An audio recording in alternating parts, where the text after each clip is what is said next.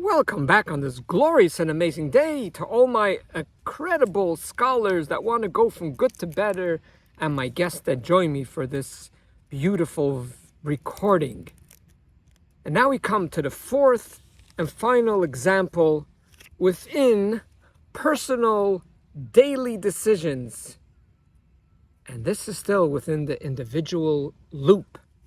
And that is the daily schedule. When we make a daily schedule, we make a schedule how we would like to execute our day, to have a balanced schedule. And once we make it, we just feel something is wrong, and usually it's a feeling of judgment. We want to get back and redo the whole thing. If this is what you came up with, instead of going back and forth which one is better, what you're doing is, it's not about making a daily schedule, it's about filled with judgment. It has to be optimal, it has to be the best, and I can't waste time.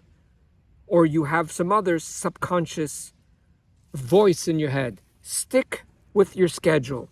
The one thing that I find that I have to make schedules many times, or many times I need to make lists, I do exactly what I think at the moment needs to be done, or how my daily schedule should run. And then I tell myself that I could adjust, and I will adjust as needed. So this is win-win. I am not rigid. I'm not flaky and all over the place. I do have a framework. I do have a schedule. Yet I tell myself I could change it based on how things will happen. You see, we're so judged that we have to do everything perfect, that we're scared to make a decision. And even as something trivial as making a personal schedule for ourselves, we get confused and we overthink maybe we should not do it. Things evolve. People that open up a company, they think it should run a certain way, and after they have the company, they evolve to make it better. At the young age, my biological age, 58, even though I'm really 17 in my heart, I'm still evolving, and whatever worked for me 2 years ago didn't work last year, and it doesn't work for me this year. But it wasn't wrong. That was the best schedule that I made for that moment. At the same time, I'm not really rigid with a schedule. So although my schedule is Sunday morning is rollerblading for me, yes, there are times if it's going to be cold and raining, I am not going to be rigid. And I say, all right, rollerblading will be another day.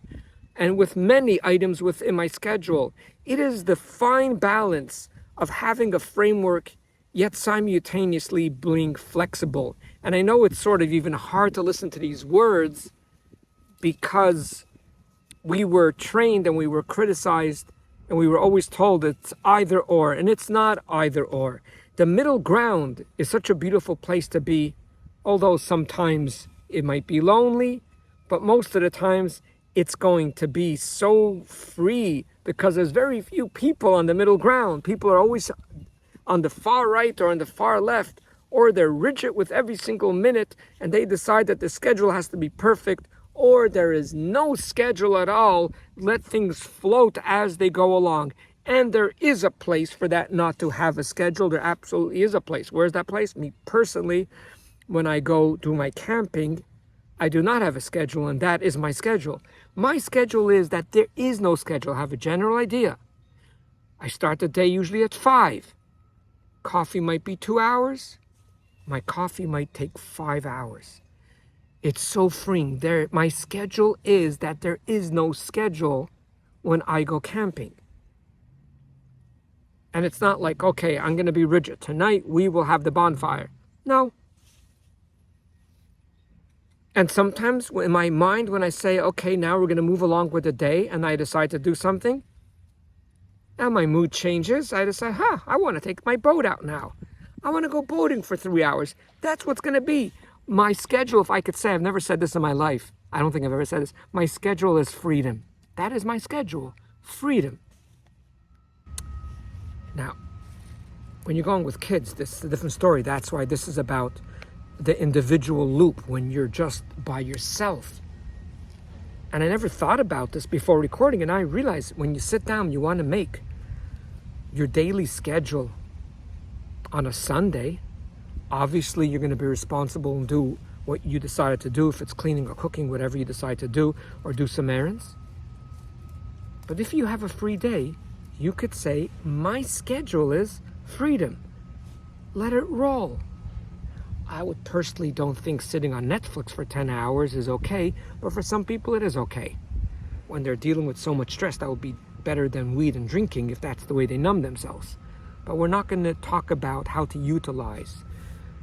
But overall, there could be a place within a schedule called freedom. I'll let my day roll. That's what my day off is. That's my schedule. You don't have to always be rigid.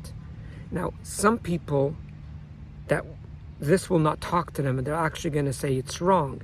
And the only thing that could come to mind, as far as I know right now, a lot of people, they get scared of what I say. And that is because if they have not had control over their lives as children, and they were controlled through any type of parental manipulation and control, this is the way they feel control when they're going to make the schedule, when it will be rigid, when it will be a beginning time, an ending time, or heaven forbid, if they were molested, to tell someone your schedule is just freedom, that might cause a panic. But I'm not talking right now to those people that have a different anxiety of listening to this. But the average person does not have the anxiety.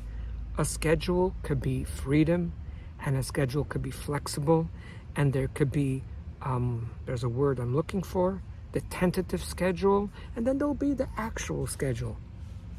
Allow yourself to be you. And the only reason why you're going to overthink again, you're going to hear those voices.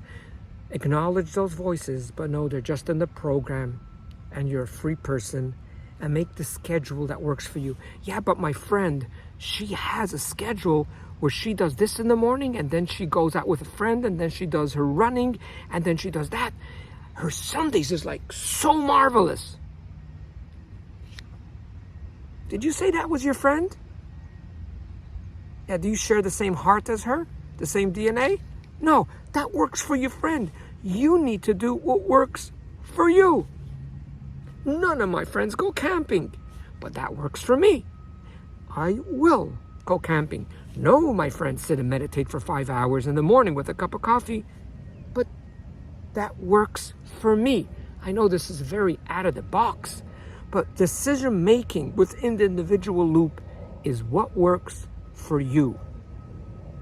And obviously, if you make a decision and you see that there's things that went wrong, then you amend the further decisions, you evolve. And as I said, I'm still evolving with my decisions, because I always go from good to better, because I love to evolve, because that's what gets my life so exciting.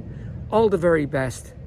Enjoy your decision that worked for you at that moment, even though logic might have told you maybe a different decision.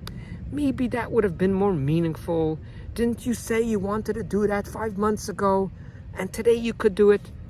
You'll do it tomorrow. You decided to do something today. Go for it. Don't look back, because there will be another opportunity. You missed the first train. Relax. I promise you, just go to the schedule. Another train will come in 3 minutes or in 15 minutes or in 2 hours. There's always a different train arriving at the train station. Enjoy yourself. Enjoy your time. And I don't think I've ever said this. There's always a first time for everything. And enjoy your decision making, because there's no right or wrong. There's a good decision, and then there's a decision that wasn't as perfect, but you learn from it to evolve in the future. Thanks for listening, and have an awesome and delightful day. And please do remember that you are way greater than you think you are.